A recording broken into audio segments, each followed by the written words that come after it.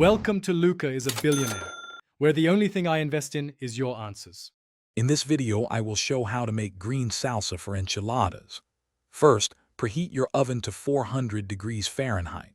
Place 1 pound of tomatillos, 2 serrano peppers, 1/4 of a white onion, and 2 cloves of garlic on a baking sheet. Roast them for about 15 to 20 minutes, or until they are softened and slightly charred. This crucial step brings out a wonderful depth of flavor, essential for the best enchilada sauce. Once your roasted vegetables are cool enough to handle, transfer them to a blender. Add a generous half cup of fresh cilantro and a half cup of water or chicken broth. Blend the mixture until it reaches your desired consistency. Some prefer a perfectly smooth salsa, while others enjoy a slightly chunky texture. This step brings all those amazing flavors together. Now heat 1 tablespoon of your preferred cooking oil in a saucepan over medium heat. Carefully pour the blended salsa into the hot oil.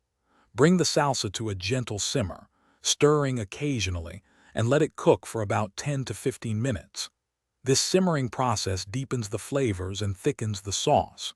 Season with 1 teaspoon of salt and a pinch of sugar, then taste and adjust as needed. Your delicious, homemade green salsa is now perfectly ready to be the star of your next enchilada dish. Simply warm it up, coat your tortillas, and enjoy the incredible fresh flavor. Remember, you can store any extra salsa in an airtight container in the refrigerator for up to 5 days. Also, for other great deals and the link to those amazing darn tough socks, be sure to check out the description below this video. Thanks for watching and please subscribe. It's the best investment you'll ever make.